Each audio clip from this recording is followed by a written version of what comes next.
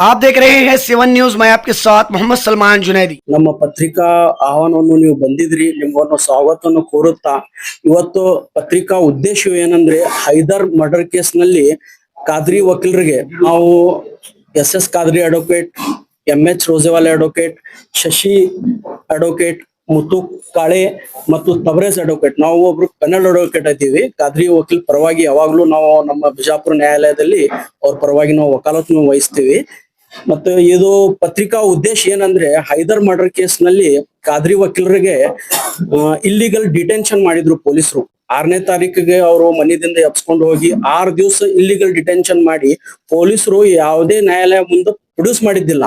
ಇದರ ಸಂಬಂಧ ನಾವು ನಮ್ಮ ಡಿಸ್ಟ್ರಿಕ್ಟ್ ಕೋರ್ಟ್ ನಲ್ಲಿ ಒಂದು ಇದು PC ಫೈಲ್ ಮಾಡಿ, ಪ್ರೈವೇಟ್ ದೂರವನ್ನು ಫೈಲ್ ಮಾಡಿ, ಅಲ್ಲೇ ಒಂದು ಪೊಲೀಸ್ ಇಲಾಖೆ ವಿರುದ್ಧ ಇಲ್ಲಿಗಲ್ ಡಿಟೆನ್ಷನ್ ಮಾಡ್ಯಾರ ಅಂತೇಳಿ SP ಅವ್ರಿಗೆ ಆರೋಪಿ ಮಾಡಿ, CP ಅವ್ರಿಗೆ, PSI ಕೆಲವು ಸಿಬ್ಬಂದಿ ಮೇಲೆ ಎಲ್ಲರಿಗೂ ಆರೋಪಿಯನ್ನು ಮಾಡಿ ಒಂದು ನಾವು ನ್ಯಾಯಾಲಯಕ್ಕೆ ಒಂದು ಪ್ರೊಟೆಸ್ಟ್ ಇದು PC ಫೈಲ್ ಮಾಡಿದ್ವಿ. ಅದರ ಮುಖಾಂತರ ನ್ಯಾಯಾಲಯದಲ್ಲಿ ವಿಚಾರಣೆ ಆಗಿ ಅದು ಒಂದು ಆದೇಶ ಆಗಿತ್ತು ಎಲ್ಲಾರ ಮೇಲೆ ಆ FIR ದರ್ಜ್ ಮಾಡಂತ ಹೇಳಿ. ಆ FIR ರಿಜಿಸ್ಟರ್ ಮಾಡಿದ್ರು. ಮತ್ತು ಅವ್ರು ಪೊಲೀಸರು ಕಲಬುರ್ಗಿ ಹೈಕೋರ್ಟ್ ನಲ್ಲಿ ಒಂದು ಇದರ ವಿರುದ್ಧ ಒಂದು ರಿಟ್ ಪಿಟಿಷನ್ ಫೈಲ್ ಮಾಡಿದ್ರು, ಇದು ಸೆಟ್ ಅಸೈಡ್ ಆಗ್ಬೇಕು ಅಂತ ಹೇಳಿ.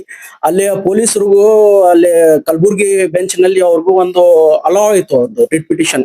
ಇದು ಕೇಸು ಹ್ಯೂಮನ್ ರೈಟ್ಸ್ ಹೋಗುತ್ತೋ ಅಥವಾ ಸೆಂಟ್ರಲ್ ಹ್ಯೂಮನ್ ರೈಟ್ಸ್ ಮಾಡಬೇಕು, ಏನು ನ್ಯಾಯಾಲಯದಲ್ಲಿ ಮಾಡ್ಬೇಕು ಅಂತೇಳಿ ಅಲ್ಲಿ ಒಂದು ಗೊಂದಲವನ್ನು ಸೃಷ್ಟಿ ಮಾಡಿ, ಅದು ನ್ಯಾಯಾಲಯ ಅನ್ನೋದು ಇಲ್ಲ, ಅದು ಇದು ಹ್ಯೂಮನ್ ರೈಟ್ಸ್ ಹೋಗ್ಬೇಕಂತ ಹೇಳಿ ಅಲ್ಲೇ ಒಂದು ಆದೇಶ ಆಗಿತ್ತು, ನಮ್ಮ ವಿರೋಧ ಆಗಿತ್ತು. ಅಲ್ಲೇ ನಾವೇನ್ ಮಾಡಿದ್ವಿ, ಮತ್ ಮುಂದ ಸುಪ್ರೀಂ ಕೋರ್ಟ್ ಸರ್ವೋಚ್ಚ ನ್ಯಾಯಾಲಯದಲ್ಲಿ SLP ಮುಖಾಂತರ ಅಲ್ಲಿ ಒಂದು ಕೇಸ್ ದಾಖಲು ಮಾಡಿದ್ದು. ಈಗ ನಿನ್ನೆ 26ನೇ ತಾರೀಕಿಗೆ ಅಲ್ಲೇ ಒಂದು ನಮ್ಮ SLP ಅಲಾವ್ ಆಗೈತಿ. ಅದರ ಬಗ್ಗೆ ಸವಿಸ್ತಾರವಾಗಿ SS ಕಾದ್ರಿ ವಕೀಲರು ಹೇಳ್ಬೇಕಂತ ಹೇಳಿ ನಾನು ಅವ್ರಿಗೆ ವಿನಂತಿ ಮಾಡ್ತೀನಿ. ಅವರು ವಿಕ್ಟಿಮ್ನು ಅದಾರ, ಅವ್ರು ಹೇಳ್ಬೇಕಂತೇಳಿ ನಿಮ್ಗೆ ಎಲ್ಲಾ ಮಾಧ್ಯಮದ ಮಿತ್ರರಿಗೆ ಸ್ವಾಗತವನ್ನು ಕೋರುತ್ತಾ ನೇರ ವಿಷಯಕ್ಕೆ ನಾನು ಮಾತಾಡ್ತೀನಿ. ನಾನು ಪತ್ರಿಕಾಗೋಷ್ಠಿ ಮಾಡೋಕ್ಕಿಂತ ಮುಂಚೆ ಎಲ್ಲಾ ಮಾಧ್ಯಮದ ಮಿತ್ರರಿಗೆ ನಾನು ವೈಯಕ್ತಿಕವಾಗಿ ವಿನಂತಿ ಮಾಡಿಕೊಳ್ಳೋದೇನಂತಂದ್ರೆ, ಇವತ್ತಿನ ಪತ್ರಿಕಾಗೋಷ್ಠಿ ಯಾವುದೇ ಸಾಮಾಜಿಕ, ರಾಜಕೀಯ ಅಥವಾ ಇತರೆ ವಿಷಯ ಕುರಿತು ನಾವು ಪತ್ರಿಕಾಗೋಷ್ಠಿಯನ್ನು ಕರೆದಿರೋದಿಲ್ಲ. ಹಾಗಾಗಿ ಎಲ್ಲಾ ಮಾಧ್ಯಮದ ಮಿತ್ರರಿಗೆ ನಾವು ವೈಯಕ್ತಿಕವಾಗಿ ವಿನಂತಿ, ನಮ್ಮ ಪ್ಯಾನಲ್ ಆಫ್ ಅಡ್ವೊಕೇಟ್ಸ್ ನಾವು ನಿಮ್ಗ ವೈಯಕ್ತಿಕವಾಗಿ ವಿನಂತಿಸಿಕೊಳ್ಳುವುದೇನಂದ್ರೆ, ನಮ್ಗ ಕೇಳ್ತಕ್ಕಂತ ನಿಮ್ಮ ಪ್ರಶ್ನಾವಳಿಗಳನ್ನ ಏನದ ಕೇವಲ ಸೀಮಿತವಾದ ನಮ್ದು ಪತ್ರಿಕಾಗೋಷ್ಠಿಯ ಸಬ್ಜೆಕ್ಟ್ ಮ್ಯಾಟರ್ ಮೇಲೆನೆ ಇರಬೇಕು ಅಂತೇಳಿ ನಾವು ವೈಯಕ್ತಿಕವಾಗಿ ವಿನಂತಿ ಮಾಡ್ಕೊಡ್ತೀವಿ. ಇವತ್ತು ಪತ್ರಿಕಾಗೋಷ್ಠಿಯ ಉದ್ದೇಶ ಏನಿದೆ ಅಂತಂದ್ರೆ, ದಿನಾಂಕ 6/5/2023 ಒಂದು ಹೈದರ್ ಅಲಿ ನದಾಫ್ ಅನ್ನುವ ವ್ಯಕ್ತಿಯಿಂದ ಕೊಲೆ ವಿಜಯಪುರ ಚಾಂದ್ಪುರ್ ಕಾಲನಿಯಲ್ಲಿ ಘಟನೆ ಆಗಿರುತ್ತದೆ. ಆ ಕೊಲೆ ಪ್ರಕರಣದಲ್ಲಿ ಸುಮಾರು FIR ಪ್ರಥಮ ವರ್ತಮಾನ ವರದಿಯಲ್ಲಿ ಸಮಯ ಅಂದಾಜು 10:30 ಗಂಟೆಗೆ ಕೊಲೆ ಆಗಿರುತ್ತದೆ ಅಂತೇಳಿ ಫಿರ್ಯಾದಿದಾಳಾದ ಹೈದರ್ ನದಾಫ್ನ ಹೆಂಡತಿ Nishat Haidar Ali Nadaf, ward number 19 corporator ಅವರು ಫಿರ್ಯಾದಿಯನ್ನು ಕೊಟ್ಟಿರ್ತಾರೆ. ಅದರಂತೆ 10:30ಗೆ ಕಂಪ್ಲೇಂಟ್ ರಿಜಿಸ್ಟರ್ ಆಗಿರ್ತಾರೆ. 10:30ಗೆ ಮರ್ಡರ್ ಆಗಿರ್ತದೆ.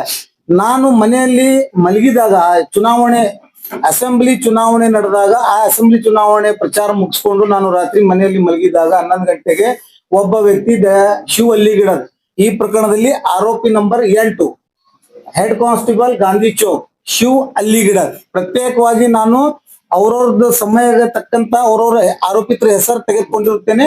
ಅದನ್ನ ತಾವು ಗಣನೆಯಲ್ಲಿ ಇಟ್ಕೊಳ್ಬೇಕು.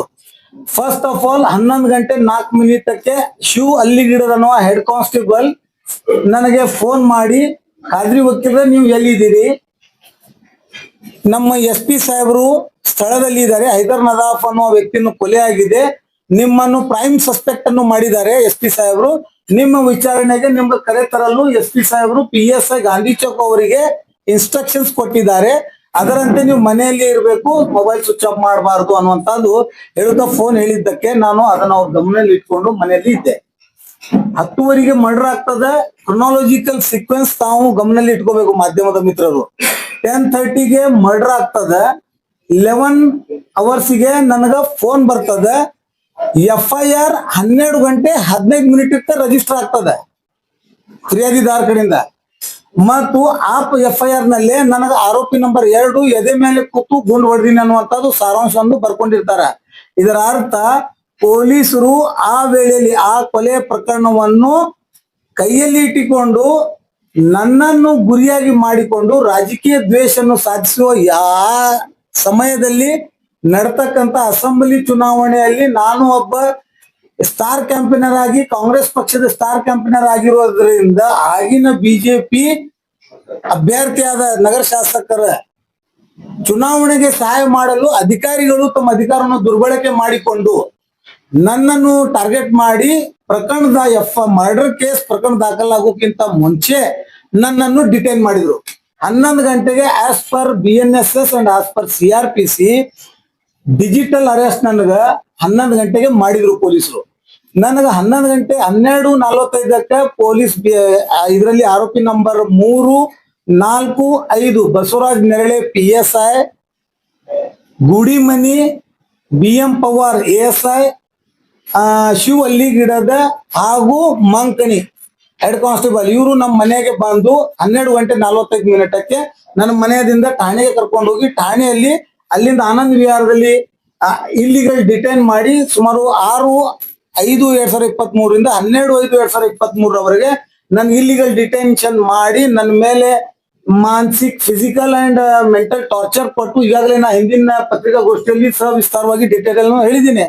ಅದನ್ನು ಮಾಡಿದ್ದಕ್ಕೆ ನಾನು ನನ್ನ available human rights under section 2D of the protection of human rights act ನಾನು ವೈಲೇಟ್ ಆಗಿದ್ದಾವೆ ಅಂತ ಹೇಳಿ section 30 of the protection of human rights act ಕೆಳಗಡೆ ಮಾನ್ಯ ಪ್ರಧಾನ ಜಿಲ್ಲಾ ಸತ್ರ ನ್ಯಾಯಾಲಯ ವಿಶೇಷ ನ್ಯಾಯಾಲಯ ಮಾನವ ಹಕ್ಕುಗಳ ಉಲ್ಲಂಘನೆ ಕಾಯ್ದೆ ಅಡಿಯಲ್ಲಿ ಖಾಸಗಿ ದೂರನ್ನು ಈ 9 ಮಂದಿ ಅದರಲ್ಲಿ ವಿಶೇಷವಾಗಿ HD Anand Kumar superintendent of police ಆಗಿನ ಸೂಪರಿಂಟೆಂಡೆಂಟ್ ಆಫ್ ಪೊಲೀಸ್ ವಿಜಯಪುರ ಅವರು ನಗರ ಶಾಸಕರದ ಮಾತಿನ ಒಳಗಾಗಿ ಆಮಿಷನ ಒಳಗಾಗಿ ಒಬ್ಬ ಅಮಾಯಕ ನ್ಯಾಯವಾದಿಯನ್ನು ಬಲಿಪಶು ಮಾಡುವ ಸಲುವಾಗಿ ನಾನು ಯಾಕಂದ್ರೆ ಅಲ್ಪಸಂಖ್ಯಾತರ ಏಕೈಕ ಧ್ವನಿಯಾಗಿ ನಾನು ಸಮಾಜದಲ್ಲಿ ಹೋರಾಟ ಮಾಡ್ತಾ ಇದ್ದಿರೋದನ್ನು ನನ್ನ ಧ್ವನಿಯನ್ನು ಮೊಟಕಗೊಳಿಸುವ ಉದ್ದೇಶದಿಂದ ನನ್ನನ್ನು ಒಂದು ಸುಳ್ಳು ಕೊಲೆ ಕೇಸ್ನಲ್ಲಿ ಆರೋಪಿಯನ್ನಾಗಿ ಮಾಡಿದ್ದರಿಂದ ಅದರಲ್ಲಿ ಮುಖ್ಯ ಪಾತ್ರ ವಹಿಸಿದ್ದು HD Anand Kumar superintendent of police Vijayapura. ಈಗಿನ ಸರ್ಕಾರದಲ್ಲಿ ಅವರಿಗೆ ಪದೋನ್ನತಿ ಕೊಟ್ಟು ಪ್ರಮೋಷನ್ ಕೊಟ್ಟು ಅವರನ್ನು DIG ಸೈಬರ್ ಕ್ರೈಮ್ ಮಾಡಿದ್ದಾರೆ. ಇವತ್ತು ಇಡೀ ರಾಜ್ಯದ ಅಲ್ಪಸಂಖ್ಯಾತರ ಮೊಬೈಲ್ ಫೋನ್ ಎಲೆಕ್ಟ್ರಾನಿಕ್ ದಲಿತರ ಎಲ್ಲಾ ಶೋಷಿತ ವರ್ಗದ ಸರ್ವಲೈನ್ಸ್ ಇಡಲು ಇಂಥ ಭ್ರಷ್ಟ ಅಧಿಕಾರಿಯನ್ನು ಇವತ್ತು ಸರ್ಕಾರ ನೇಮಕ ಮಾಡಿದ್ದಾರೆ. ಇದೊಂದು XMA ಅಪರಾಧ, ಅದು that is secondary issue. But ಈಗ ಆ ವಿಷಯವನ್ನು ನಾನು ಮಾನ್ಯ ಪ್ರಧಾನ ಜಿಲ್ಲಾ ಸತ್ರ ನ್ಯಾಯಾಲಯದಲ್ಲಿ ಖಾಸಗಿ ದೂರನ್ನು ದಾಖಲಿಸಿಕೊಂಡಾಗ ಪ್ರಧಾನ ಜಿಲ್ಲಾ ಸತ್ರ ನ್ಯಾಯಾಲಯವನ್ನು ಅದನ್ನು ಪ್ರಕರಣವನ್ನು ಗಂಭೀರತೆಯನ್ನು ವರ್ಗಾವಣೆ ಮಾಡಿ ಸೂಪರಿಂಟೆಂಡೆಂಟ್ ಆಫ್ ಪೊಲೀಸ್ ವಿಜಯಪುರ ಅವರಿಗೆ ದಾಖಲಿಸಲಿಕ್ಕೆ ಹೇಳಿದಾಗ ಸೂಪರಿಂಟೆಂಡೆಂಟ್ ಆಫ್ ಪೊಲೀಸ್ ವಿಜಯಪುರ ಅವರು ಪ್ರಕರಣ ದಾಖಲು ಮಾಡಿ ಜಯನಗರ್ ಪೊಲೀಸ್ ಠಾಣೆ ಗುನ್ನಾ ನಂಬರ್ 15/24 ನಲ್ಲಿ ರಿಜಿಸ್ಟರ್ ಕೇಸ್ ಮಾಡಿ ಇನ್ವೆಸ್ಟಿಗೇಷನ್ ಸ್ಟಾರ್ಟ್ ಮಾಡಿದಾಗ ಆರೋಪಿ ಪೊಲೀಸರಾದ ವಿಜಯ್ ಮಹಾಂತೇಶ್ ಮಡಪತಿ ಆಗಿನ CPI ಈ ಮರ್ಡರ್ ಕೇಸಿನ ತನಿಖಾಧಿಕಾರಿ ಬಸವರಾಜ್ ಬಸನಗೌಡ ನೆರಳೆ ಮಲ್ಲಿಕಾರ್ಜುನ್ ತಳವಾರ್ ದೇವರಾಜ್ ಉಳ್ಳಾಗಡ್ಡಿ PSI ಇವ್ 4 ಮಂದಿ PSIಗಳು ಒಂದು Vijaya Mahantesh Madapati CPI BM Pawar ASI HD Mankani Shiva Alligidada Gudimani head constable BM Pawar ASI HD Anand Kumar superintendent of police 9 ಮಂದಿ ಮೇಲೆ ಪ್ರಕರಣ ದಾಖಲು ಮಾಡಿ ಇನ್ವೆಸ್ಟಿಗೇಷನ್ ನಡೆದಾಗ ಈ 9 ಮಂದಿ ಪೊಲೀಸ್ ಆಫೀಸರ್ ಆರೋಪಿತರು ಮಾನ್ಯ ಉಚ್ಚ ನ್ಯಾಯಾಲಯಗಳಲ್ಲಿ ರಿಟ್ ಪಿಟಿಷನ್ ನಂಬರ್ 200873/24 ನಲ್ಲಿ ಒಂದು ರಿಟ್ ಪಿಟಿಷನ್ ಫೈಲ್ ಮಾಡಿ ಫಿರ್ಯಾದಿಯನ್ನು ಸ್ಕ್ವಾಶ್ ಮಾಡಂತೂ ಅವರು ಪ್ರಾರ್ಥನೆ ಮಾಡಿರುವುದಿಲ್ಲ. ಆ ಮಾನ್ಯ ಉಚ್ಚ ನ್ಯಾಯಾಲಯದಲ್ಲಿ ಮಾನ್ಯ ಕರ್ನಾಟಕ ರಾಜ್ಯ ಸರ್ಕಾರ ಮಾಡಿರುವ Karnataka state human right court rules 2006 ನಿಯಮ 6 unconstitutional and ultra vires to constitution ಇದೆ, ಇದನ್ನು ಸ್ಟ್ರಕ್ ಡೌನ್ ಮಾಡಬೇಕು ಅಂತ ಹೇಳಿ ಪ್ರಾರ್ಥನೆ ಉಚ್ಚ ನ್ಯಾಯಾಲಯದಲ್ಲಿ ಮಾಡಿದಾಗ ನಮ್ಮ ಪರವಾಗಿ ನಮ್ಮ ಉಚ್ಚ ನ್ಯಾಯಾಲಯದ ಸೀನಿಯರ್ ಅಡ್ವೊಕೇಟ್ ಆದ ಅಶೋಕ್ ಹಾರ್ನಳ್ಳಿ ಹಾಗೂ ಅಮಿತ್ ಮಮದಾಪುರ್ ವಕೀಲರು ವಾದ ಮಂಡನೆ ಮಾಡಿದ್ರು. ಆದ್ರೆ ಹೈಕೋರ್ಟ್ ನಲ್ಲಿ ನಮ್ಮ ವಾದವನ್ನು ಅವಲೋಕಿಸಿದ್ರು ಸಹ ಮಾನ್ಯ ಉಚ್ಚ ನ್ಯಾಯಾಲಯವರು ನಮ್ಮ ವಾದವನ್ನು ತಿರಸ್ಕರಿಸಿ ಆರೋಪಿ ಪೊಲೀಸರ ವಾದವನ್ನು ಪುರಸ್ಕರಿಸಿ ಕಾನೂನನ್ನೇ ಸ್ಟ್ರಕ್ ಡೌನ್ ಮಾಡಿಬಿಟ್ಟಿದ್ರು. ಅನ್ಕಾನ್ಸ್ಟಿಟ್ಯೂಷನಲ್ ಡಿಕ್ಲೇರ್ ಆಯ್ತು ಅದು. It was a reportable judgment also. Being agreed by that order of the Honorable High Court of Karnataka, I and state government of Karnataka also prepared a Supreme Court SLP special leave petition ಅಂದ್ರೆ ಮಾನ್ಯ ಉಚ್ಚ ನ್ಯಾಯಾಲಯದ ಆದೇಶವನ್ನು challenge ಮಾಡಿ ನಾನು ಹಾಗೂ ಕರ್ನಾಟಕ ರಾಜ್ಯ ಸರ್ಕಾರ ಇಬ್ರು ಸರ್ವೋಚ್ಚ ನ್ಯಾಯಾಲಯದಲ್ಲಿ SLP ನಂಬರ್ 16453 ಆಫ್ 2024 ನಾನು ಸಲ್ಲಿಸಿದೆ ಮತ್ತು SLP ನಂಬರ್ 872 ಆಫ್ 25 ಕರ್ನಾಟಕ ರಾಜ್ಯ ಸರ್ಕಾರನು ಪ್ರತ್ಯೇಕವಾಗಿ ಸಲ್ಲಿಸಿದ್ದನ್ನು ನಿನ್ನೆ ದಿನಾಂಕ 25/8/2026 ಮಾನ್ಯ ಸರ್ವೋಚ್ಚ ನ್ಯಾಯಾಲಯ ವಿಭಾಗೀಯ ಪೀಠ justice Vikramnath and justice Sandeep Mehta ಇವರ ನೇತೃತ್ವದಲ್ಲಿ ನಮ್ಮ ಸೀನಿಯರ್ ಅಡ್ವೊಕೇಟ್ ರಾದ ನಿಜಾಮ್ ಪಾಷಾ ಮತ್ತು ಕರ್ನಾಟಕ ರಾಜ್ಯ ಸರ್ಕಾರ ತರಫದಿಂದ ಅಡಿಷನಲ್ ಅಡ್ವೊಕೇಟ್ ಜನರಲ್ ರಾದ ಆವಿಷ್ಕಾರ್ ಮನು ಸಿಂಘ್ವಿ, ಇಸ್ಮಾಯಿಲ್ ಜಬಿಯುಲ್ಲಾ ಮತ್ತು ಮಲ್ಲಾರ್ ರಾವ್ ಇವರೆಲ್ಲರೂ ವಾದ ಪ್ರತಿವಾದವನ್ನು ಅವಲೋಕಿಸಿ ಮಾನ್ಯ ಸರ್ವೋಚ್ಚ ನ್ಯಾಯಾಲಯವು ಮಾನ್ಯ ಉಚ್ಚ ನ್ಯಾಯಾಲಯ ನೀಡಿರುವ ತೀರ್ಪನ್ನು ಸೆಟ್ ಅಸೈಡ್ ಮಾಡಿ ನಮ್ಮ SLP ಅಲೌಡ್ ಮಾಡಿ ಕಾನೂನನ್ನು ರಿಸ್ಟೋರ್ ಮಾಡಿರುತ್ತಾರೆ. ಅದರಂತೆ ಪ್ರಕರಣವನ್ನು ರಿಸ್ಟೋರ್ ಮಾಡಿರ್ತಾರೆ. ಅದರಂತೆ ದೋಷಾರೋಪಣಾ ಪಟ್ಟಿಯನ್ನು ಸಲ್ಲಿಸಿದ್ದನ್ನು ದೋಷಪೂರ್ವಕ ಆಗಿದೆ ಅಂತ ಹೇಳಿ ಪ್ರೊಟೆಸ್ಟ್ ಪಿಟಿಷನ್ ನಾವು ಜಿಲ್ಲಾ ನ್ಯಾಯಾಲಯಕ್ಕೆ ಹಾಕಿದ್ದನ್ನು ಅದನ್ನು ಪುರಸ್ಕರಿಸಿ ಈ 31ನೇ ತಾರೀಕಿಗೆ ಈ 9 ಮಂದಿ ಆರೋಪಿತರು ನ್ಯಾಯಾಲಯದಲ್ಲಿ ವಿಚಾರಣೆಯನ್ನು ಫೇಸ್ ಮಾಡಬೇಕು. ಮತ್ತು ಈ ಪತ್ರಿಕಾಗೋಷ್ಠಿಯ ಕರೆಯುವ ಮೂಲ ಉದ್ದೇಶ ಏನಿದೆ ಅಂತಂದ್ರೆ ಇವತ್ತು ಯಾವುದೇ ತರಹದ ಒಬ್ಬ ಸಾರ್ವಜನಿಕರ ಮಾನವ ಹಕ್ಕುಗಳು ಉಲ್ಲಂಘನೆ ಆದರೆ ಮಾನವ ಹಕ್ಕು ಉಲ್ಲಂಘನೆ ಕಾಯ್ದೆ ಅಡಿಯಲ್ಲಿ 2 ವಿಕಲ್ಪ ಒಬ್ಬ ನಾಗರಿಕನಿಗೆ ಸ್ಟ್ಯಾಚ್ಯೂಟ್ ಕೊಟ್ಟಿರುತ್ತದೆ. ಏನಂತಂದ್ರೆ ಸೆಕ್ಷನ್ 17 ಕೆಳಗಡೆ ಅವರು ಕಮಿಷನ್ ಆಯೋಗಕ್ಕೆ ಅರ್ಜಿಯನ್ನು ಸಲ್ಲಿಸಬೇಕಾಗಿತ್ತು. ಇದೇ ವಾದ ಎತ್ತಿ ಹಿಡಿದು ಆರೋಪಿ ಪೊಲೀಸರು ಮಾನ್ಯ ಉಚ್ಚ ನ್ಯಾಯಾಲಯಕ್ಕೆ ಹೋಗಿದ್ದು. ಏನಂತ ಹೇಳಿದ್ರೆ ಫಿರ್ಯಾದಿದಾರನಾದ ಆಸಿಫುಲ್ಲಾ ಖಾದ್ರಿ ಅವರು ಮಾನ್ಯ ವಿಶೇಷ ನ್ಯಾಯಾಲಯಕ್ಕೆ ಖಾಸಗಿ ದೂರು ಸಲ್ಲಿಸುವ ಬದಲಾಗಿ ಅವರು ಆಯೋಗಕ್ಕೆ ಅವ್ರಿಗೆ ಹೋಗ್ಬೇಕಾಗಿದ್ದು ಸೆಕ್ಷನ್ 17 ಹೇಳ್ತದ ಅಂತೇಳಿ. ಆದ್ರೆ ಸರ್ವೋಚ್ಚ ನ್ಯಾಯಾಲಯನು ಈ ವಿಷಯ ಕುರಿತು ಈ ಗೊಂದಲವನ್ನು ಸ್ಪಷ್ಟವಾಗಿ ಮಾಡಿ ಏನದ ಮಾನ್ಯ ಸರ್ವೋಚ್ಚ ನ್ಯಾಯಾಲಯವು ಹೇಳಿದದ ಫಿರ್ಯಾದಿದಾರ ಯಾವನೇ ಒಬ್ಬ ಮಾನವ ಹಕ್ಕುಗಳಲ್ಲಿ ಪೀಡಿತರಾದ ವ್ಯಕ್ತಿಯನ್ನು ಮಾನ್ಯ ನ್ಯಾಯಾಲಯಕ್ಕೆ ನೇರ ಖಾಸಗಿ ದೂರು ಸಲ್ಲಿಸಿ ನ್ಯಾಯ ಪಡೆದುಕೊಳ್ಳಬಹುದಾಗಿದೆ ಅಂತ ತೀರ್ಪನ್ನು ಪ್ರಕಟಿಸಿದ್ದಕ್ಕೆ ಮಾನ್ಯ ಸರ್ವೋಚ್ಚ ನ್ಯಾಯಾಲಯಕ್ಕೆ ಇಡೀ ನಮ್ಮ ಅಡ್ವೊಕೇಟ್ ಫ್ರಾಟರ್ನಿಟಿ ಬಿಜಾಪುರ ಜಿಲ್ಲಾ ಬಾರ್ ಅಸೋಸಿಯೇಷನ್ ಈ ನನ್ನ ಹೋರಾಟದಲ್ಲಿ ನನ್ನ ಹೆಗಲಿಗೆ ಹೆಗಲ ನಿಂತು ಅದರಲ್ಲಿ ವಿಜಯಪುರ ಜಿಲ್ಲಾ ನ್ಯಾಯವಾದಿಗಳ ಸಂಘದಲ್ಲಿ ವಿಶೇಷವಾಗಿ MH ರೋಜೇವಾಲೆ ವಕೀಲರು, ತಿಪ್ಪಣ್ಣ ದೊಡ್ಡಮನಿ ವಕೀಲರು, ಗಜಾನನ್ ಪವಾರ್ ವಕೀಲರು, ನಮ್ಮ GA Atnur sir senior Atnur sir ಆಫೀಸ್ನವರು, AT ಬಿರಾದರ್ ಸರ್ ಆಫೀಸ್ನವರು, SS ಲಗ್ಲಿ ಸರ್ ಆಫೀಸ್ನವರು ಎಲ್ಲಾ ನಮ್ಮ ಬಿಜಾಪುರ ಜಿಲ್ಲಾ ನ್ಯಾಯವಾದಿಗಳ ಸಂಘದ ಕ್ರಿಮಿನಲ್ ಪ್ರಾಕ್ಟೀಸಿಂಗ್ ಆಫೀಸ್ದವರು ನನಗ ಸಂಪೂರ್ಣವನ್ನು ಬೆಂಬಲ ಕೊಟ್ಟಿದ್ದಕ್ಕೆ ಅವರು ಎಲ್ಲ ಈ ಮಾಧ್ಯಮದ ಮುಖಾಂತರ ಹೃತ್ಪೂರ್ವಕ ಧನ್ಯವಾದವನ್ನು ಸಲ್ಲಿಸುತ್ತಾ ಮಾನ್ಯ ಸರ್ವೋಚ್ಚ ನ್ಯಾಯಾಲಯಕ್ಕೆ ನಾವು ತಲೆಬಾಗಿ ತೀರ್ಪಿಗೆ ಸ್ವಾಗತಿಸುತ್ತೇವೆ. ಅದರ ಜೊತೆಗೇನೆ ನಾನು ಈ ಕರ್ನಾಟಕ ರಾಜ್ಯ ಸರ್ಕಾರಕ್ಕೆ ಈ ಮಾಧ್ಯಮದ ಗೋಷ್ಠಿ ಮುಖಾಂತರ ನಾವು ಇಡೀ ನ್ಯಾಯವಾದಿಗಳು ಮತ್ತು ಈ ರಾಜ್ಯದ ಪ್ರತಿಯೊಬ್ಬ ಪೊಲೀಸ್ ದೌರ್ಜನ್ಯಕ್ಕೆ ಒಳಗಾದ ಪೀಡಿತರ ಧ್ವನಿಯಾಗಿ ನಾನು ಅವ್ರ ಪರವಾಗಿ ಈ DK ಶಿವಕುಮಾರ್ ಮಾನ್ಯ ಮುಖ್ಯಮಂತ್ರಿಗಳು ಮತ್ತು ಪ್ರಿಯಾಂಕಾ ಖರ್ಗೆ ಅವರು ಮಾನ್ಯ ಕರ್ನಾಟಕ ರಾಜ್ಯ ಗೃಹ ಸಚಿವರು ಮತ್ತು ಜಿಲ್ಲಾ ಉಸ್ತುವಾರಿ ಸಚಿವರಾದ ಡಾಕ್ಟರ್ MB ಪಾಟೀಲ್ ಸಾಹೇಬರಿಗೆ ನಾವು ನೇರ ಈ ಮಾಧ್ಯಮದ ಮುಖಾಂತರ ನ್ಯಾಯವಾದಿಗಳ ಸಂಘ ವತಿಯಿಂದ ಮತ್ತು ಪ್ಯಾನಲ್ ಆಫ್ ನಮ್ಮ ಅಡ್ವೊಕೇಟ್ಸ್ ವತಿಯಿಂದ ಸ್ಟ್ರಾಂಗ್ಲಿ ಆಗ್ರಹ ಮಾಡ್ತೀವಿ.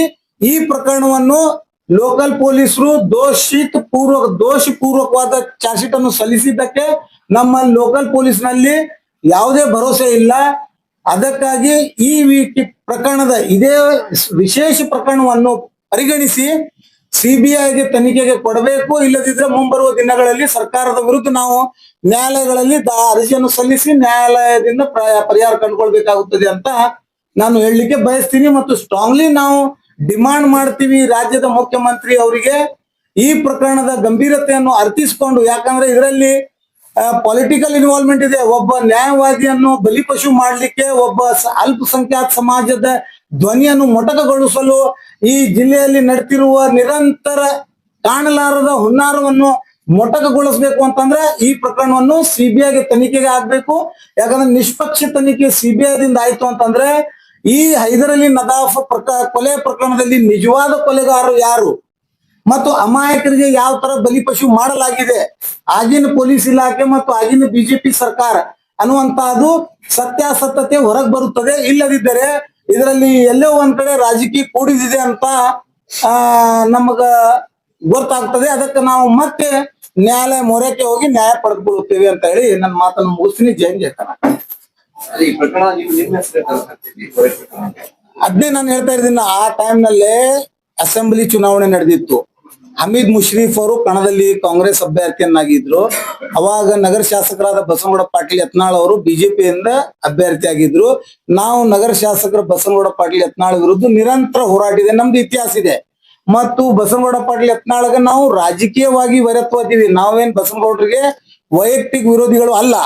ಆದ್ರೆ ಅವರು ನಮ್ಮ ವಿರೋಧವನ್ನು ವೈಯಕ್ತಿಕನ್ನು ತೆಗೆದುಕೊಂಡು ನನ್ನ ಮೇಲೆ ಹಲವಾರು ಪ್ರಕರಣಗಳನ್ನು ದಾಖಲು ಮಾಡಿದ್ರು. ಅದು ಮಾನ್ಯ ನ್ಯಾಯಾಲಯ ಅದನ್ನು ಸಂಪೂರ್ಣ ಖುಲಾಸೆ ಬಿಡುಗಡೆ ಮಾಡಿದದ.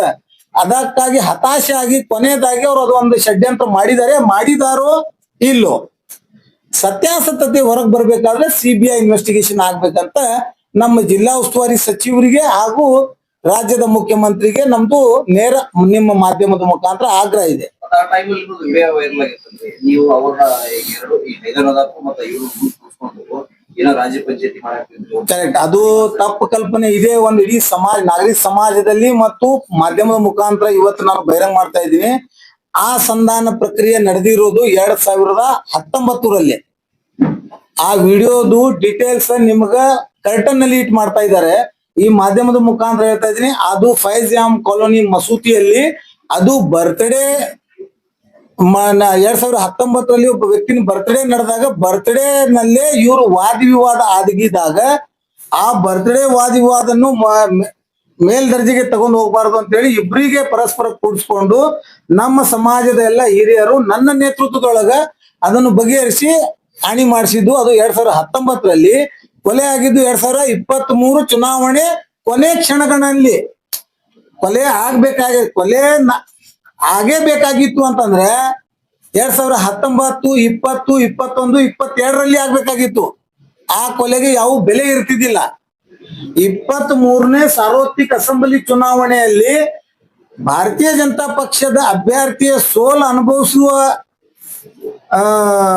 ಹತಾಶೆ ಭಾವನೆಯಿಂದ ನಮ್ಮ ಇದು ಎಲಿಗೇಷನ್ ಇದೆ, ಕೊಲೆ ಮಾಡಿಸಿ ಅಮಾಯಕರಿಗೆ ಅವರು ಬಲಿಪಶು ಮಾಡಿದ್ದಾರೆ.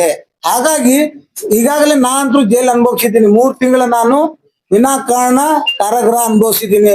6 ದಿವಸ ಪೊಲೀಸ್ ಟಾರ್ಚರ್ ಅನುಭವಿಸಿದ್ದೀನಿ ಇವ್ರದೇ ಕೃಪೆ ಕಟಾಕ್ಷದಿಂದ.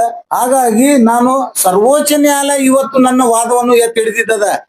ಈ ದೇಶದ ಸರ್ವೋಚ್ಚ ನ್ಯಾಯಾಲಯ ಯಾವಾಗ ತೀರ್ಪು ಪ್ರಕಟ ಮಾಡುತ್ತದೆ, ಯಾವುದೇ ಅಧಿಕಾರಿಗಳಲ್ಲಾಗಲಿ ಯಾವುದೇ ಲೆಜಿಸ್ಲೇಟರ್ಸ್ ಆಗಲಿ ಧ್ವನಿ ಎತ್ತತಕ್ಕಂಥದ್ದಲ್ಲ. Otherwise it amounts to be contempt of court though is a chief minister of state or though is a MLA of city. ಹಾಗಾಗಿ ಸರ್ವೋಚ್ಚ ನ್ಯಾಯಾಲಯ ನನ್ನ ವಾದ, ನನ್ನನ್ನು ಸುಳ್ಳು ಬಂಧಿಸಿದ್ದಾರೆ ಅನ್ನುವಂಥದ್ದು ಏನ್ ಹೇಳ್ತಿದ್ದೇನಂದ್ರೆ ಆ ಕೊಲೆ ಕೇಸ್ನಲ್ಲಿ ನಾನು ನಿರಪರಾಧಿ ಅದೀನಿ ಅಂತೇಳಿ ಸರ್ವೋಚ್ಚ ನ್ಯಾಯಾಲಯ ನನಗೆ ಪ್ರಮಾಣ ಪತ್ರ ನೀಡಿದೆ. That's all. ನೆಕ್ಸ್ಟ್ ಸರ್ ತನಿಖೆಗೆ ಒಳಪಡಿಸ್ತಾರೆ. ಎಸ್, ಅದು ಅನಿವಾರ್ಯ ಇರ್ತದೆ. ತನಿಖೆಗೆ ಒಳಪಡಿಸಿದ ತಕ್ಷಣ ನೀವೇ ಮಾಡಿದ್ದೀರಿ ಅಂತಕ್ಕಂಥದ್ದು ಪ್ರೂವ್ ಮಾಡಬೇಕಾದ್ರೆ ನಿಮ್ಮ ಹತ್ರನೇ ಬರಬೇಕು. ಆ ಮಾತಿನಲ್ಲಿ ಈ ತನಿಖೆ ಮಾಡುವಂತ ಸಂದರ್ಭದಲ್ಲಿ ಹೆಚ್ಚು ಕಡಿಮೆ ಆಗಿರ್ತದೆ. ಅದನ್ನ ಇಷ್ಟು ಎಲ್ಲಾ ಅಧಿಕಾರಿಗಳ ಮೇಲೆ ನೀವು ಅವ್ರ ಮೇಲೆ ಕೇಸ್ ಹಾಕಿ ಇದು ಮಾನವ ಉಲ್ಲಂಘನೆ ಆಗಿದೆ ಅನ್ನೋದು ಯಾವ್ದು ಇಲ್ಲ ಸರ್. ನಿಮ್ಮ ಪ್ರಶ್ನೆಗೆ ನಾನು ತನಿಖೆಗೆ ಇನ್ವೆಸ್ಟಿಗೇಷನ್ ನಲ್ಲಿ ಸಸ್ಪೆಕ್ಟ್ ಅಂತಾರ. ಯಾವನೇ ಒಬ್ಬ ವ್ಯಕ್ತಿ FIR ನಲ್ಲಿ ಅವನ ಹೆಸರು ನಮೂದಾದ್ರೆ he will be classified as a suspect, ಸಂಶಯಾಸ್ಪದ ವ್ಯಕ್ತಿ. ಪ್ರಕರಣದಲ್ಲಿ FIR ನಲ್ಲಿ ಅವನ ಹೆಸರಿದ್ರೆ FIR ನಲ್ಲಿ ಹೆಸರು FIR is not encyclopedia of the case. It is settled principle of law. ಪ್ರಥಮ ವರ್ತಮಾನ ವರದಿ ನಾನು honourable prime minister Narendra Modi ಅವ್ರ ಮೇಲೆ ಹಾಕ್ಬಹುದು. ಬಟ್ ತನಿಖಾ ಏಜೆನ್ಸಿ ಇರುವುದು ಅದಕ್ಕಾಗೇನೆ ಸತ್ಯಾಸತ್ಯತೆಯನ್ನು ಶೋಧನೆ ಮಾಡಿ ಸುಳ್ಳನ್ನು ತೆಗೆದುಹಾಕಿ ಸತ್ಯವನ್ನು ನ್ಯಾಯಾಲಯ ಮುಂದೆ ಇಡಲು ಕರ್ತವ್ಯ ಅಧಿಕಾರ ನೀಡಿರುವ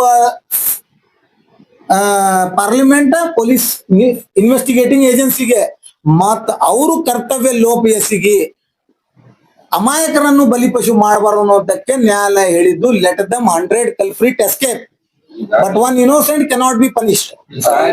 साहब जैसा कि आप कह रहे हैं कि मैं निर्दोष हूँ, एफआईआर में काफी सारे लोगों के नाम आए थे, इन्वेस्टिगेशन में चंद लोगों के कम हो गए नाम, वो इस केस से बाहर हो गए। अगर आप भी निर्दोष होते तो आपका नाम भी चार्जशीट से अलग हो जाता, तो आपका चार्जशीट में नाम कम क्यों नहीं हुआ? यस, यही वजह से मेरा नाम चार्जशीट में नहीं कम करने की सजा ही आज ये पुलिस ऑफिसर की कर्तव्य लोप डिक्लेयर होकर के मुझे जो है फॉल्स इम्प्लीकेशन किया गया है करके सुप्रीम कोर्ट ने ऑर्डर किया है। क्या सिर्फ एसएलपी करने से एसएलपी का ऑर्डर हुआ है, क्या वो क्या कसूरवार साबित हुए हैं? क्या उनके ऊपर केस फाइल हुआ है?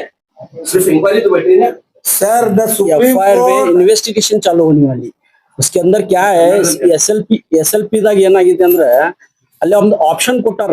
ಮೊದಲೇನು ಹೈಕೋರ್ಟ್ ದಾಗ ಏನಾಗಿತ್ತು, ನೀವು ಹ್ಯೂಮನ್ ರೈಟ್ಸ್ ಗೆ ಅಲ್ಲಿ ನೀವು ನ್ಯಾಯ ಪಡಿಲಕ್ ಹೋಗ್ರಿ, ಇಲ್ಲಿ ಕೋರ್ಟ್ಗೆ ಆಗಿ ಬರ್ತೀರತ್ತ ಇತ್ತು.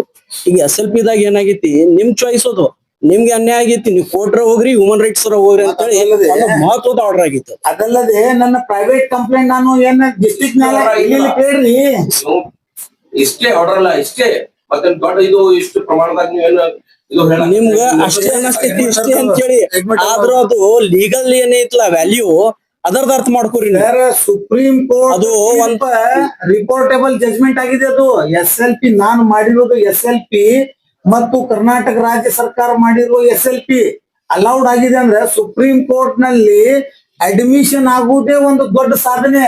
Without merit of the case supreme court ನ ಕೇಸ್ ಅಡ್ಮಿಟ್ ಆಗಲ್ಲ. ಫಾರ್ ಎಕ್ಸಾಂಪಲ್ ಅಡ್ಮಿಷನ್ ಸ್ಟೇಜ್ ನಾಗೆ ಡಿಸ್ಮಿಸ್ ಆಗ್ಬಿಡ್ತದೆ. ನಮ್ದು SLP ಅಲೌ ಆಗಿದೆ ಅಂತಂದ್ರೆ I have A strong substance in my case.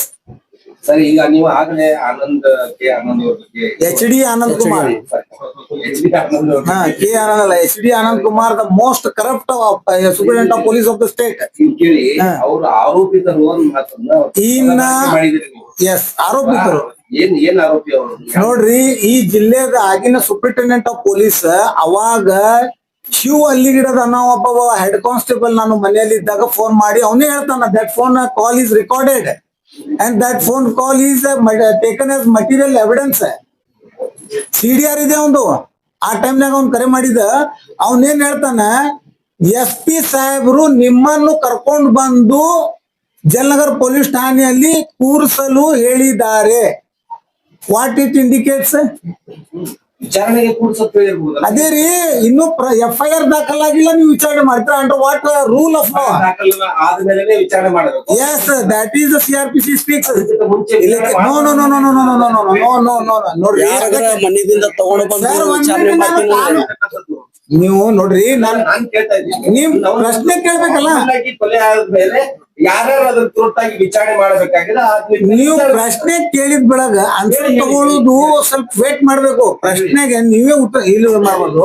Section 154 of the CRPC speaks first information, ಪ್ರಥಮ ವರ್ತಮಾನ ವರದಿ, ಕಲಂ 154 ಅಡಿಯಲ್ಲಿ ಯಾವುದೇ ಒಬ್ಬ ಪೀಡಿತ ಯಾವುದೇ ಒಬ್ಬ ಗುನ್ಹೆ ಆದಲ್ಲಿ ಠಾಣೆಯಲ್ಲಿ ದಾಖಲಿಸುವ ತನ್ನ ಫಿರ್ಯಾದಿಯನ್ನು ಪ್ರಥಮ ವರ್ತಮಾನ ವರದಿ 154 CRPC ಅಡಿಯಲ್ಲಿ ದಾಖಲು ಮಾಡ್ತಾರ. 156 ಅಡಿಯಲ್ಲಿ ಪೊಲೀಸರು ತನಿಖೆ ಸ್ಟಾರ್ಟ್ ಮಾಡ್ತಾರ. 154 ಅಡಿಯಲ್ಲಿ ಪ್ರಕರಣ ದಾಖಲು ಆಗಲಾರದೆ ಯಾವನೇ ಒಬ್ಬ ಪೊಲೀಸ್ ಅಧಿಕಾರಿಗೆ ತನಿಖಾ ಪ್ರಾರಂಭ ಮಾಡಲು ಕಾಯ್ದೆ ಪರ್ಮಿಷನ್ ಕೊಡಾಕ ಬರುವುದಿಲ್ಲ. ತನಿಖಾ ಕೈಗೊಳ್ಳಬೇಕಾಗಿದ್ರೆ ಅದಕ್ಕೆ ಕಲಂ 156 ಅಡಿಯಲ್ಲಿ ಮಾಡಬೇಕು. 56 ಅಡಿಯಲ್ಲಿ ತನಿಖೆಯನ್ನು ಮುಕ್ತಾಯಗೊಂಡ ನಂತರ ಕಲಂ 173 ಅಡಿಯಲ್ಲಿ CRPC BNSS ಕಾಯ್ದೆ ಚೇಂಜ್ ಅದಾವ. ನನ್ನ ಪ್ರಕರಣ ಆಗಿದ್ದು CRPC ಅಡಿಯಲ್ಲಿ, ಅದಕ್ಕೆ ನಾನು ನನ್ನ ಪ್ರಕರಣದ CRPC ತಮ್ಗೆ ಹೇಳ್ತಾ ಇದ್ದೀನಿ.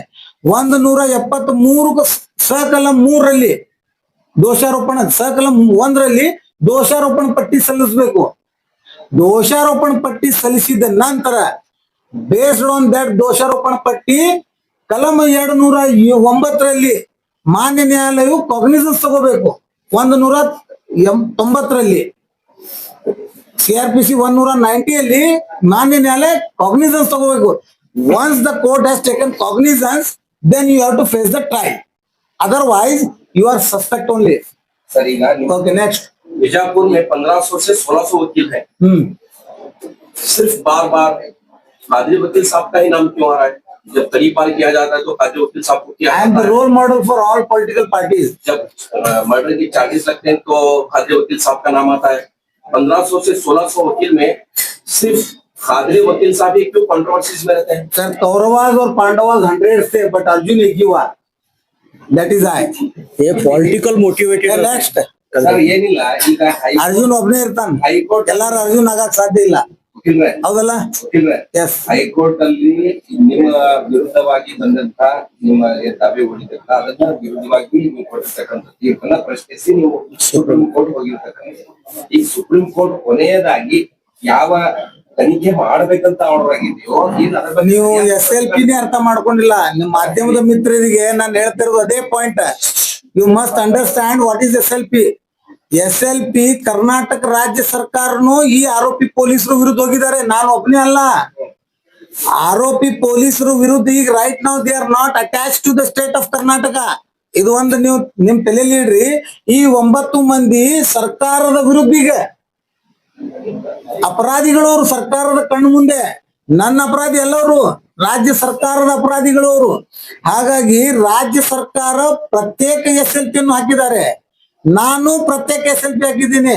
ಎರಡೂ ಪ್ರತ್ಯೇಕ SLP ಗಳನ್ನು ಸರ್ವೋಚ್ಚ ನ್ಯಾಯಾಲಯ ಎತ್ತಿ ಹಿಡಿದಿದೆ. ಏನಂತೇಳಿ ಮಾನ್ಯ ಉಚ್ಚ ನ್ಯಾಯಾಲಯ ನೀಡಿರುವ ತೀರ್ಪು, ಆ ತೀರ್ಪಿನಲ್ಲಿ ಏನಿತ್ತು, PC1 of 2024 set aside. Jalnagar PS crime number 15 squashed.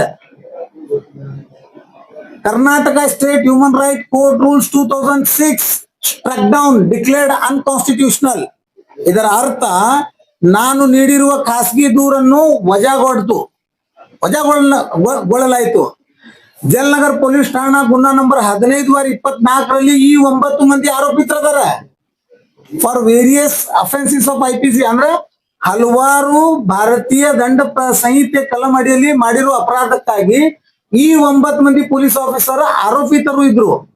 ಆ ಆರೋಪಿತರು ಮಾಡಿರುವ ಪ್ರಥಮ ವರ್ತಮಾನ ವರದಿಯನ್ನು ವಜಾಗೊಂಡಿತ್ತು. ಮತ್ತು ಅದರ ಜೊತೆಗೇನೆ ಕರ್ನಾಟಕ ರಾಜ್ಯ ಸರ್ಕಾರ 2006ರಲ್ಲಿ ಏನು ನಿಯಮಾವಳಿಯನ್ನು ಮಾಡಿತ್ತು, ಅಸೆಂಬ್ಲಿ ಒಳಗೆ ಎರಡೂ ಹೌಸ್ ನಲ್ಲೇ, lower house and upper house ನಲ್ಲಿ ದೀರ್ಘಕಾಲ ಚರ್ಚಿಸಿ ಏನ್ ನಿಯಮಾವಳಿಯನ್ನು ರಚಿಸಿದ್ದು, ಆ ನಿಯಮಾವಳಿಯನ್ನು ಅಸಿಂಧುಗೊಳಿಸಿದ್ರು. ಆ ತೀರ್ಪನ್ನು ಸೆಟ್ ಅಸೈಡ್ ಮಾಡಿದ ಸುಪ್ರೀಂ ಕೋರ್ಟ್. ಇದರ ಅರ್ಥ ಈ 3 ಅಂಶಗಳನ್ನು ಸುಪ್ರೀಂ ಕೋರ್ಟ್ ರಿಸ್ಟೋರ್ ಮಾಡಿದ್ದಾರೆ. ಇದರ ಅರ್ಥ ಪರಿಗಣಿಸಲ್ಲ. ರಿಸ್ಟೋರ್ ಅಂದ್ರೆ ಆಸ್ ಇಟ್ ಈಸ್. ಈ ನ್ಯಾಯಾಲಯ ಉಚ್ಚ ನ್ಯಾಯಾಲಯ ತೀರ್ಪು ಬರೋಕ್ಕಿಂತ ಮುಂಚೆ ಈ 3 ಐಟಮ್ಸ್ ಅದ ಏನ್ ಸ್ಟೇಟಸ್ ಇತ್ತಲ್ಲ ಅದನ್ನು ಮರುಸ್ಥಾಪನೆ ಆಗಿದೆ. ಇದರ ಅರ್ಥ ನಾನು ನೀಡಿರುವ ಖಾಸಗಿ ದೂರು ಸತ್ಯಕ್ಕೆ ಸತ್ತವಾಗಿದೆ ಅನ್ನುವಂತಹದ್ದು supreme court green signal trial ಕೋರ್ಟಿಗೆ ಅಂದ್ರೆ ವಿಚಾರಣಾ ನ್ಯಾಯಾಲಯಕ್ಕೆ ಆದೇಶ ನೀಡಿದದ. ನೀನು ಖಾಸಗಿ ದೂರುದಾರ ನೀಡಿರುವ ದೂರ ಅಂಶಗಳನ್ನು ಗಣನೆಗೆ ಇಟ್ಟುಕೊಂಡು ಅಪರಾಧಿಗಳನ್ನು ಶಿಕ್ಷೆಗೆ ಒಳಪಡಿಸು. ಅರ್ಥ ಆಯ್ತಾ? ಈಗ ಕ್ಲಾರಿಫೈ ಆಯ್ತಾ? ನೆಕ್ಸ್ಟ್ वकील का काम होता है लोगों को इंसाफ दिलाना। जब उन पर ही कड़ी पार के मर्डर के चार्ज लगते हैं तो पूरे पेशे को कहीं ना कहीं सवालिया निशान या कोई बदनाम करने की साजिश का जैसा लगता है। नहीं बार बार आपका ही नाम क्यों आ रहा है? यस, यूसुफ अलैहिस्सलाम को जेल जाना पड़ा. ಪ್ರವಾದಿ ಯೂಸುಫ್ ಅಲೈಹಿಸ್ಸಲಾಂ ಅವರು ಕಾರಾಗೃಹ ಹೋಗ್ಬೇಕಾಗಿತ್ತು. ನಾನೊಬ್ಬ ಸಾಮಾನ್ಯ ನ್ಯಾಯವಾದಿ. DK ಶಿವಕುಮಾರ್ ಮಾನ್ಯ ಮುಖ್ಯಮಂತ್ರಿ, ಕರ್ನಾಟಕ ರಾಜ್ಯದ ಮಾನ್ಯ ಮುಖ್ಯಮಂತ್ರಿ ಅವರು ತಿಹಾರ್ ಜೈಲ್ ಹೋಗ್ಬೇಕಾಗಿತ್ತು. ಜೈಲ್ ಹೋಗುದು ಬರುವುದು it is not a bad or it is not a black spot point. ಜೈಲಿಗೆ ಕಳಿಸುವುದು ಒಂದು ಹುನ್ನಾರ ಇರ್ತದೆ. ಆ ವೇಳೆಯಲ್ಲಿ ಆ ಹುನ್ನಾರ ಯಶಸ್ವಿಯಾಗಿರ್ತದೆ. ಜೈಲಿನಿಂದ ಬಂದ ನಂತರ ಕಳಿಸಿದವ್ರನ್ನು ಕಳಿಸುವ ವ್ಯವಸ್ಥೆ ಮಾಡುವುದು achievement. That I was done. Thank you. ಇವತ್ತ ಈಗ ಈಗ ಈ ಮಾಧ್ಯಮದ ಗೋಷ್ಠಿ ಮುಕ್ತಾಯ ಒಂದು ಅಲಹಾಬಾದ್ ಹೈಕೋರ್ಟ್ ಒಂದು ತೀರ್ಪು ನಿನ್ನೆ ಒಂದು ಪ್ರಕಟ ಆಗಿದೆ. ಅದರಲ್ಲಿ ಮಾನ್ಯ ಅಲಹಾಬಾದ್ ಹೈಕೋರ್ಟಿನ ನ್ಯಾಯಾಧೀಶರು ಒಂದು ಇದು ಕೋರ್ಟ್ ಪ್ರಾವರ್ಬ್ ರೆಫರೆನ್ಸ್ಗೆ ತಗೊಂಡಿದ್ದಾರೆ. ಆ ರೆಫರೆನ್ಸ್ ನಾನು ಇವತ್ತು ಹೇಳಲಿಕ್ಕೆ ನಿಮ್ಮ ಮುಂದೆ ಬಯಸ್ತಾ ಇದ್ದೀನಿ. ಏನದಂದ್ರೆ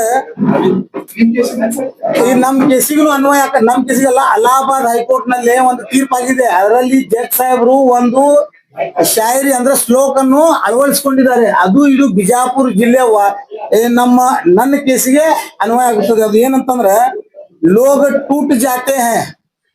लोग टूट जाते हैं एक घर बनाने में, तुम तरस नहीं खाते